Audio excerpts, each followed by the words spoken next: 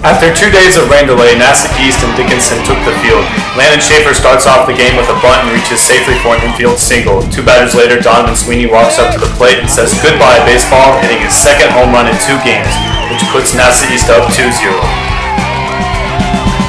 The starting pitcher for the NASA East All-Stars was number 7, Pistol Pete Skoll. Pistol Pete's curveball was dominating Dickinson early in this game, allowing him to strike out 5 of a possible 8 Dickinson All-Stars. Skoll was able to keep a shutout through 2 innings. He did have help from the field, forcing a couple of groundouts. 2-0 NASA East after 2. Now to the top of the third. Braden Schaefer, like his brother, successfully reaches first base on a bunt. Robert Burge lays down the sac bunt and is able to move Braden to second base. Braden would reach third later in the inning, but NASA East could not knock him in. Bottom of the third, Guy, number 24 for the Dickinson All-Star team, hits a home run to deep left center, cutting NASA East's lead to 1. Pete would be done shortly afterwards. Landon Schaefer would replace Pete and force a ground out to the pitcher to end the inning. NASA East up after 3.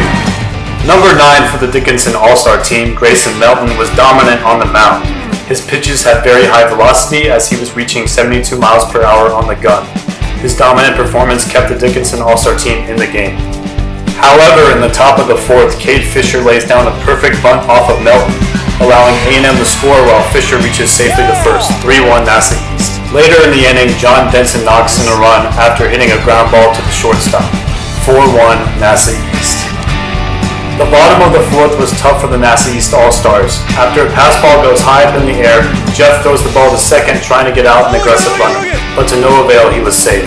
Schaefer throws home in hopes of getting the runner out from third base, but he reaches home safely. Later in the inning, with 2 men on, trouble strikes NASA East again, as Guy, number 24, hits his second home run of the game. This gives Guy 4 RBIs on the day and gives Dickinson their first lead of the game. Burridge takes the mound in a tough bases-loaded situation. No problem for Robert as he strikes Trevor out to end the 4th. To start the 5th inning, Kaido hits a ball to deep right field and reaches second base on a stand-up double. Landon Schaefer then grounds out to the pitcher, but is able to move Kaido to third base in the process. Jeff First then steps up to the plate and comes up with a clutch single, allowing Kaido to score, which ties the game at 5. Donovan Sweeney would keep NASA East's hopes alive as he hits a single to left, but NASA East wouldn't be able to score the 2 base runners. Jeff First took the mound in the bottom of the 5th and dominated after striking out 3 to end the inning. NASA East did not score on the top of the 6th, and it looked like the game would go to extras. Grayson Melton wouldn't allow it, hitting a walk-off home run to end the game in the bottom of the 6th. 6-5 Dickinson. After the game, the NASA East coaches reassured their players that they have come out of a hole like this before, and they definitely have the talent and depth to do it again. NASA East takes on League City tomorrow night at 8 in Texas City.